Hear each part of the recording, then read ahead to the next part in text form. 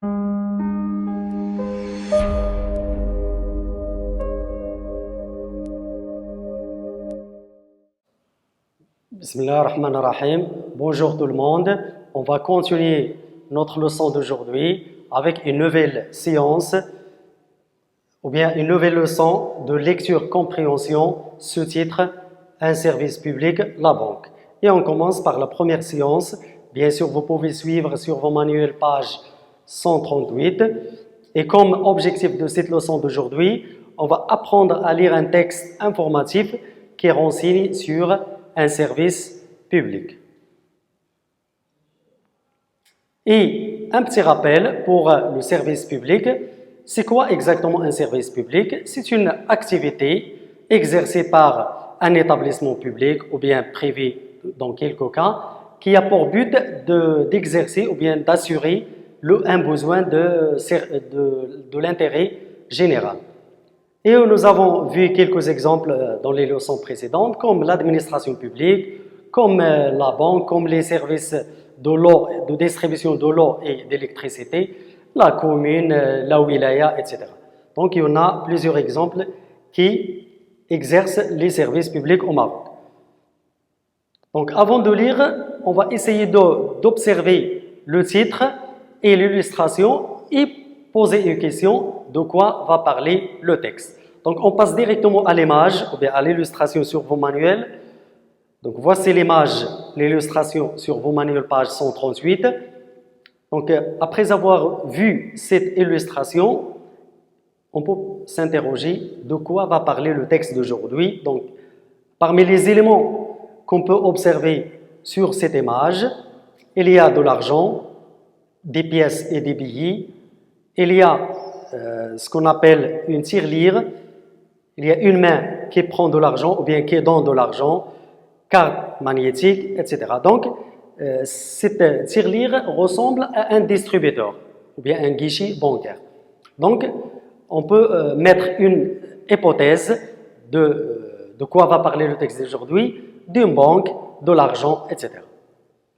Donc, on passe directement à la lecture du texte d'aujourd'hui. Le titre, un service public, la banque. Tu entends parfois tes parents dire « Je n'ai plus d'argent, il faut que j'aille en chercher à la banque ». Une banque, c'est un drôle de magasin. Mais que se passe-t-il vraiment? Un compte en banque.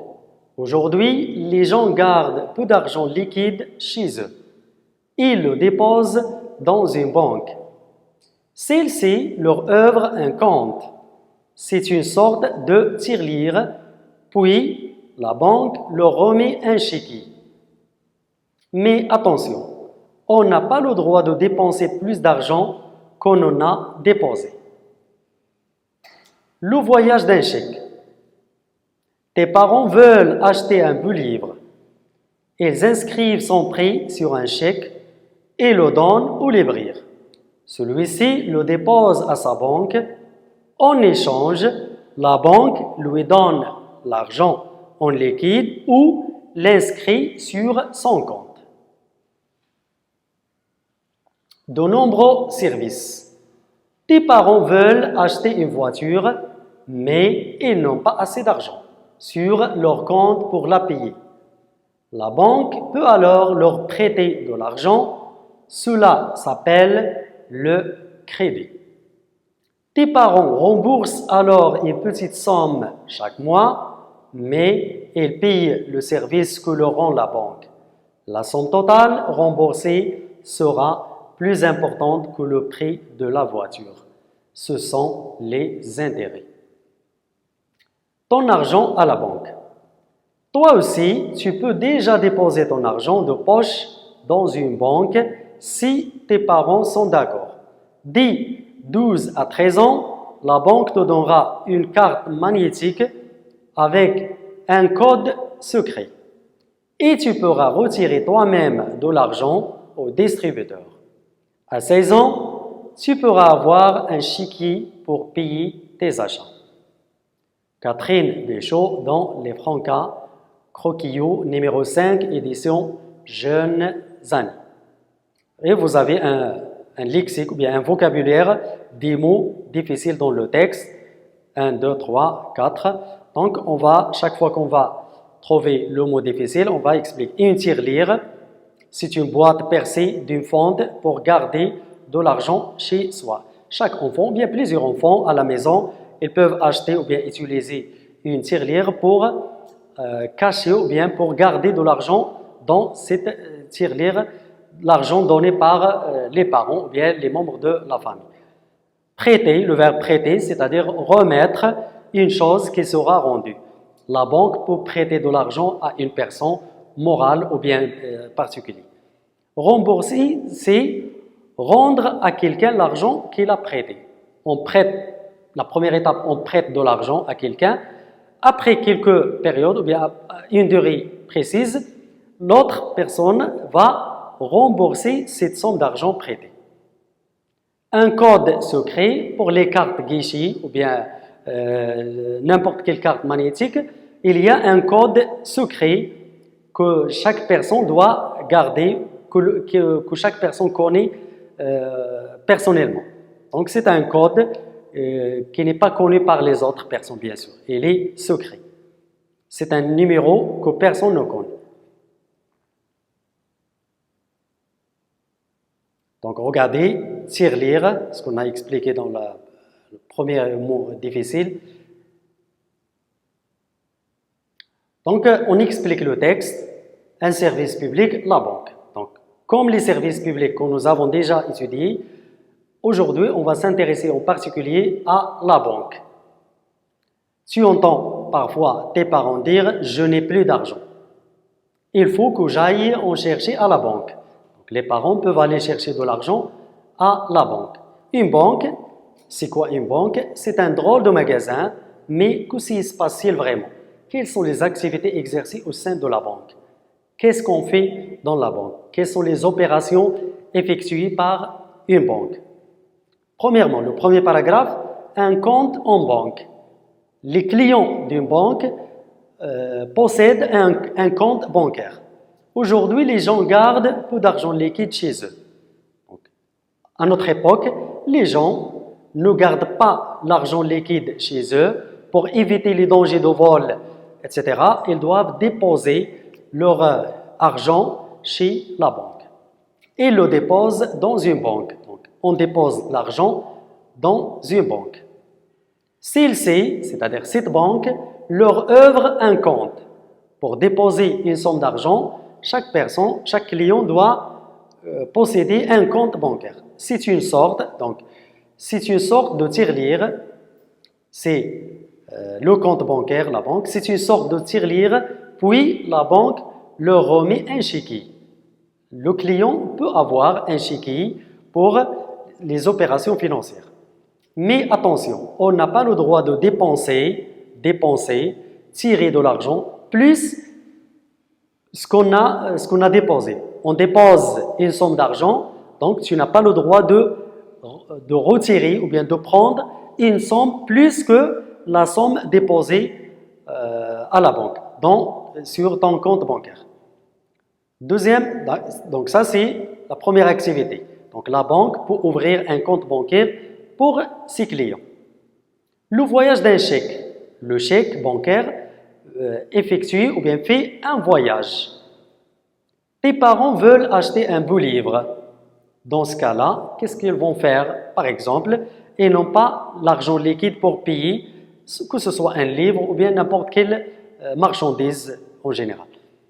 Qu'est-ce qu'ils vont faire? Ils inscrivent son prix, le prix du livre, ils inscrivent le prix de ce livre sur un chèque et le donnent au libraire. Ils vont chez le libraire, la librairie, pour acheter un livre.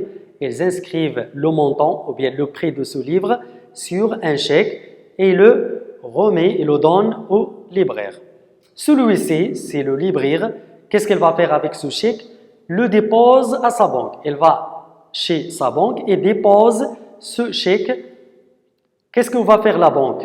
En contrepartie, en échange, la banque lui donne l'argent. La banque donne au libraire l'argent ou bien la somme inscrite sur le chèque. Ou bien, sinon, la banque peut inscrire le montant, ou bien le prix de ce livre sur le compte bancaire de libraire. Donc, automatiquement, le libraire il a été payé par le père ou bien les parents qui ont déjà acheté ce livre. Le paragraphe suivant, de nombreux services. Les services exercés ou bien effectués au sein d'une banque. Tes parents, un autre exemple, tes parents veulent acheter une voiture, mais ils n'ont pas assez d'argent sur leur compte pour la payer. Dans ce cas-là, qu'est-ce qu'ils vont faire pour acheter une voiture et ils ne possèdent pas l'argent nécessaire ou bien suffisant pour acheter cette voiture? Qu'est-ce qu'ils vont faire? Ils vont à la banque, chez la banque peut alors leur prêter de l'argent. On a déjà expliqué le verbe prêter, donc c'est la banque qui va donner de l'argent à tes parents pour acheter, pour effectuer cette opération, pour acheter cette voiture. Cela s'appelle le crédit. Donc cette opération, lorsque la banque prête de l'argent à un client, par exemple dans ce cas-là à tes parents, cette opération s'appelle le crédit. Tes parents remboursent. À la fin de chaque mois, les parents doivent rembourser la banque. Alors, une petite somme chaque mois. Il est divisé une somme mensuelle de chaque mois, à la fin de chaque mois. Mais ils payent le service que leur rend la banque. Quel est le service donné ou bien effectué par la banque? C'est la somme totale remboursée. La somme totale remboursée sera plus importante que le prix de la voiture. Bien sûr, le prix doit être plus important, plus élevé que le prix de la voiture. Cette différence s'appelle les intérêts. Donc, les intérêts, c'est la contrepartie de ce service rendu par la banque. La banque effectue un service, ce n'est pas un service gratuit. Ce service doit être payé. Et les payés sous forme des intérêts. Les intérêts, ou bien la différence du prix chaque mois. Le paragraphe suivant, ton argent à la banque. Les personnes qui possèdent de l'argent à la banque. Toi aussi, tu peux déjà déposer ton argent de poche dans une banque si tes parents sont d'accord. Bien sûr, avec la permission des parents. À partir de l'âge 12 à 13 ans, la banque te donnera une carte magnétique. La carte magnétique avec un code secret, ce qu'on a déjà expliqué, le code secret pour utiliser cette carte au distributeur ou bien au guichet bancaire. Et tu pourras retirer toi-même de l'argent au distributeur, le guichet. À 6 ans, tu pourras avoir un chéquier pour payer tes achats. En plus de la carte magnétique qui a un code secret, à partir de l'âge de 16 ans, tu pourras avoir un chéquier pour l'utiliser dans les opérations des achats, de différents achats effectués par n'importe quel personnage. Donc la question qui se pose, comme d'habitude, quel est le titre de ce texte? Bien sûr, le titre, un service public, la banque. Et la question suivante, d'où il est tiré ce texte? Ou bien la référence de ce texte. Comment s'appelle l'auteur de ce texte et d'où il est tiré? Donc, comme vous voyez en bas du texte, l'auteur, Catherine Béchaud, il est tiré dans les Franca, édition numéro 5, édition Jeunes Années.